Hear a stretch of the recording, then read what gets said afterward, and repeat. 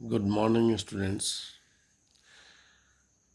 कल हमने tissue system के संदर्भ में टॉपिक स्टार्ट किया था जिसमें टिश्यू पढ़ रहे थे।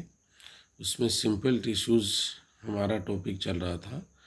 सिंपल टिश्यू के अंदर आपने पिछले लेक्चर में पढ़ा है पैरेन्काइमा और collenchyma. Third one simple tissue है स्क्लेरेन्काइमा।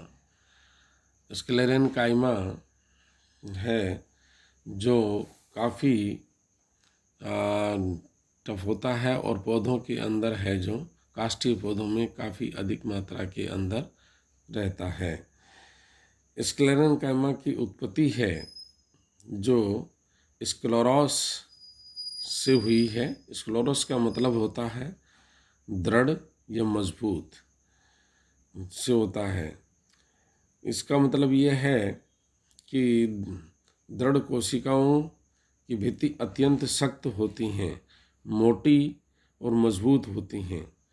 कोशिका भित्ति की मोटाई इतनी अधिक होती है कि तथा इनमें लिग्निन जैसे पदार्थों का स्थूलन या जमाव पाया जाता है। ये कोशिकाएं गुहा को पूर्णतः अवरुद्ध कर लेती हैं, यानी कि जो कोशिका का वॉल्यूम होता है वह बिल्कुल कवर्ड हो जाता है, भित्ति इतनी ज़्यादा मोटी हो जाती है। कोशिका गुहा अत्यंत सकड़ी हो जाती है, जीवद्रव्य पूरी तरह से इसमें समाप्त हो जाता है। परिणाम स्वरूप ये कोशिकाएं मृत हो जाती हैं। इसका मतलब है कि अब से पहले वाली जो कोशिकाएं थी वे जीवित कोशिकाएं थी और ये कोशिकाएं लगभग मृत समान होती हैं। दृढ़तक कोशिकाएं प्रायः बहुत लंबी, सकड़ी व दोनों सिरों पर नुकीली होती हैं। इनकी कोशिका भित्ति मोटी तथा लिग्निन युक्त होती है। ये कोशिकाएं परिपक्व होने पर मृत हो जाती हैं। इनमें अनेक प्रकार के गर्त जैसे सरल गर्त पाए जाते हैं, यहाँ ध्यान योग्य बात यह है कि भित्ति स्थूलन में लिग्निन का जमाव केवल स्क्लेरेन्काइमा ऊतकों में ही होता है। दृढ़ कोशिकाएं मोटी भित्ति युक्त और कठोर होती हैं। कोशिका की पूरी तरह वृद्धि करने के बाद परिपक्व कोशिका अपना एक निश्चित आकार ग्रहण कर लेती हैं। तत्पश्चात प्राथमिक भित्ति पर लिग्निन का द्वितीयक निक्षेपण प्रारंभ होता है। यह परतों के रूप के अंदर होता है। निक्षेपण समान मोटाई का होता है। परिणाम स्वरूप कोशिका गुहा घटती जाती है और लिग्निन के प्रति अपारगम्यता होते चले जाते हैं। निक्षेपण के कारण बढ़ते हुए जलाभाव के द्वारा कोशिका द्रव्य मृत हो जाता है। अतः दृढ़ की कोशिकाएं पूर्णतः परिपक्व अवस्था में मृत एवं निर्जीव होती हैं। ये एक इसका जनरल अकाउंट है। कहने का मतलब है कि कोशिका भित्ति में बाहर से अंदर की तरफ लिग्निन का जमाव इतनी अधिक मात्रा में हो जाता है कि जो कि प्राइमरी, टर्सरी, सेकेंडरी, टर्सरी और उसके बाद भी है जो इसमें लगातार कोशिका भित्ति के अंदर जमाव होता रहता है। और यह है जो धीरे धीरे जो वॉल्यूम को कम कर लेते हैं। तो इस प्रकार की जो जमाव होता है वह कोशिका को अंततोगत्वा मृत अवस्था के अंदर है जो पहुंचा देता है। तो इसी के आधार पर हम है जो दृढ़ ऊतक के प्रकार कितने प्रकार के होते हैं, यानी कि टाइप्स कितने हैं, इसके बारे में बात करते हैं। पहला टाइप है स्क्लेरेन्काइमा फाइब्रस और दूसरा है स्टोन सेल्स यानी स्क्लेरेन्काइमा। पहला लेते हैं हम स्क्लेरेन्काइमा फाइबर्स।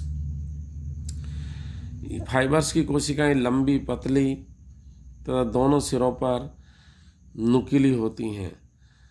भित्ति इतनी अधिक मोटी हो जाती है कि कोशिका गुहा यानी कि ल्यूमेन बहुत छोटा हो जाता है या बिल्कुल समाप्त हो जाती हैं। कोशिका भित्ति में मोटी, छोटी, गोल और सरल गर्त पाए जाते हैं। दृढ़ोत्तक तंतुओं की लंबाई सामान्यतया 1.3 मिलीमीटर तक की होती है, परंतु जूट में यानी कि कोरकोरस कैप्सुलरिस तथा बहमेरिया में तंतुओं की लंबाई 20 से लेकर के 550 मिलीमीटर तक होती है। दृढ़ोत्तक तंतु अधिकतर पौधों की वलकुट, परिरंभ, जाइलम और फ्लोएम में पाए जाते हैं। एक बीजपत्री पौधों में यह दृढ़ोत्तक तंतु संवहन फूलों के चारों ओर समूह में पाए जाते हैं। एक बीजपत्री पौधे में यह दृढ़ोत्तक तंतु संवहन बंडलों के चारों ओर एक आच्छाद यानी शीत के रूप के अंदर मौजूद होते हैं। संवहन बंडलों के एक तरफ नीचे व ऊपर समूह में पाए जाते हैं। पादपों अक्ष के तंतुओं के उपस्थिति के अनुसार इनको 2 श्रेणियों में विभेदित किया गया है। इनके पहला है वुड फाइबर्स यानी काष्ठीय तंतु। जाइलम, विशेषकर द्वितीयक जाइलम, सेकेंडरी जाइलम की वाहिनियों के साथ पाए जाते हैं और इनकी द्वितीयक भित्ति लिग्निन युक्त होती है। यह पर्याप्त लंबे व संकरे होते हैं। इनके सिरे छेनी के समान सकड़े व नुकीले होते हैं। दूसरा है बास्ट फाइबर्स। बास्ट का मतलब है कि फ्लोएम रेशे। ये फ्लोएम के अंदर पाए जाते हैं, जैसे सन व जूट में पाए जाते हैं। संवहनी ऊतकों के बाहर ये वृत्ताकार पट्टिकाओं में या फिर समूह में उपस्थित होते हैं। इनकी प्राथमिक फ्लावर कोशिकाओं में से होती है और इन्हीं को परिरंभ तंतु, पेरिसाइकल फाइबर्स भी कहते हैं। ये तंतु अपेक्षाकृत लंबे, कोमल, अधिक नुकीले सिरों के होने से अपने ही नुकीले सिरों द्वारा संलग्न तंतुओं के बीच मजबूती से फंसे रहते हैं। इनको पृथक करना अत्यंत कठिन होता है तथा पूरी पट्टी के तंतुओं के अंदर ये है जो पृथक किए जाते हैं। इस प्रकार के जो तंतु होते हैं वो बहुत ही उपयोगी होते हैं। इनसे रस्सी, बोरे, चटाइयाँ, सूतली आदि अनेक मानव उपयोगी व आर्थिक महत्व की वस्तुओं के बनाने में किया जाता है। कार्य इसका यानी कि जो कार्य है, इन फाइबर्स का कार्य है वह है दृढ़ोत्तक तंतुओं का प्रमुख कार्य पौधों के विभिन्न अंगों में यांत्रिक यानी कि मैकेनिकल स्ट्रेंथ प्रदान करते हैं जिससे कि पौधे दबाव व खिंचाव आदि को सहन कर सकते हैं। एक बीजपत्री में उपयोगी दृढ़ोत्तक तंतु उनकी पत्तियों से प्राप्त होते हैं। इनकी लिग्नीकृत भित्ति अपेक्षाकृत अधिक मोटी होने से ये बास्ट तंतुओं की तुलना में छोटे, अधिक खुरदरे और कड़े होते हैं। इन्हें कठोर तंतु कहते हैं। मनीला हेम्प तथा अगेव इनके उपयुक्त उदाहरण हैं और यह मोटे रस्से, चटाई, कागज बनाने व वस्त्र उपयोग में किए जाते हैं। दूसरे प्रकार के हैं स्क्लेरेट्स हैं जिनको कि स्टोन सेल्स या दृढ़ कोशिकाओं के रूप में कहा जाता है। ये कोशिकाएं पौधों में सामान्यतया ये व्यापक रूप में पाई जाती हैं। इनकी द्वितीयक भित्ति अत्यधिक मोटी होती है। कोशिका गुहा सक्रिय व अत्यंत आयतन में बहुत ही कम होती है।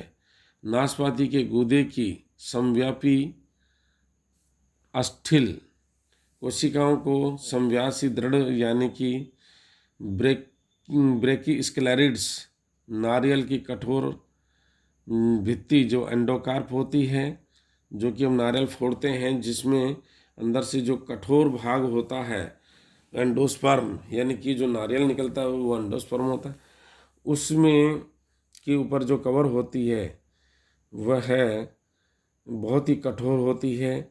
इसके अंदर है जो मैक्रोस्क्लेरिड्स होती हैं। मटर के अंदर मिलने वाली जो खंभाकार दृढ़ कोशिकाओं को अधिकतर ओस्टियोस्क्लेरिड्स कहते हैं, यानी कि किसमें, मटर के सीड्स में मिलती हैं। चाय की पत्तियों में उपस्थित लगातार अस्थिल कोशिकाओं की तारांकित यानी कि एस्टियोस्क्लेरिड्स कहते हैं। वहीं दूसरी जैतून की पर्ण की शाखाएं रोम सदृश्य दृढ़ को तंतु में यानी फिलीफॉर्म स्केलेरिड्स और या ट्राइकोस्केलेरिड्स कहते हैं।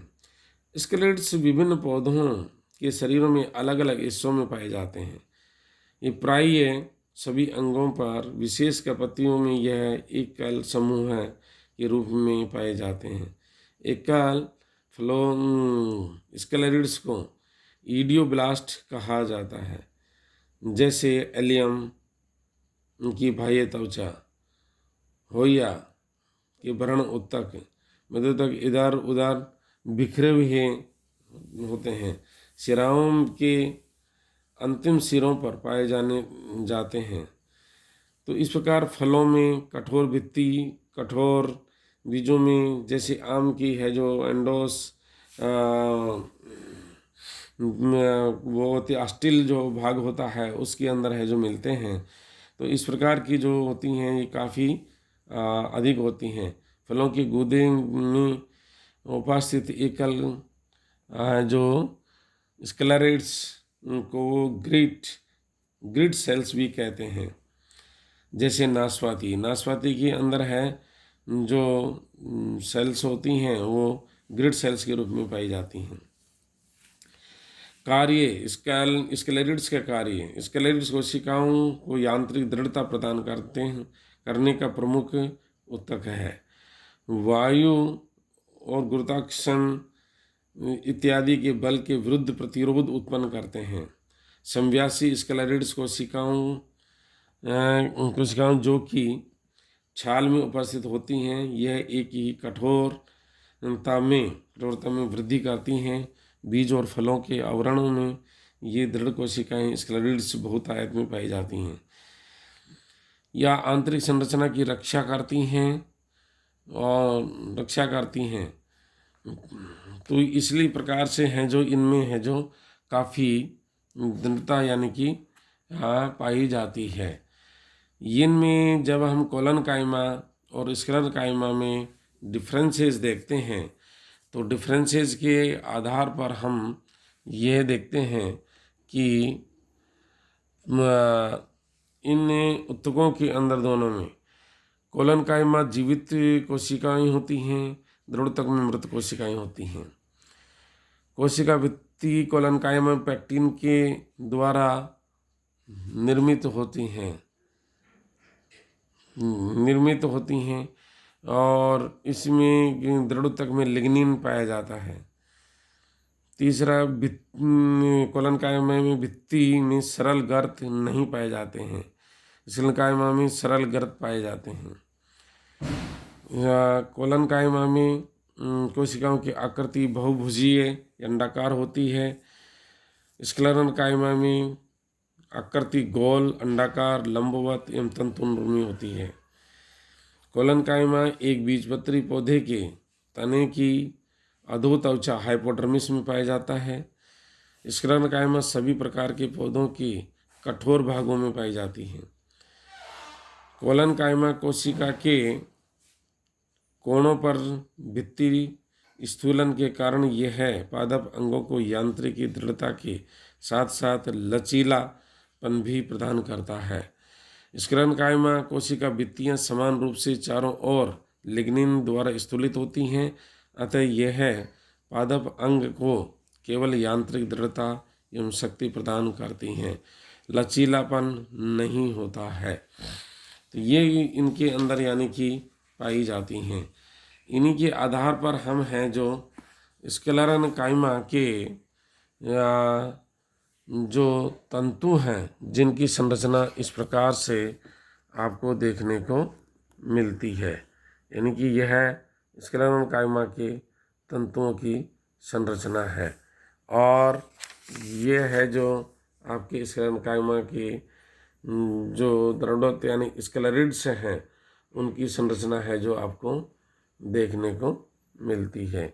ये संरचनाएं हैं जो आपको काफ़ी है, ये डिफरेंसेज हैं जो कि देखने को मिलते हैं। थैंक्स।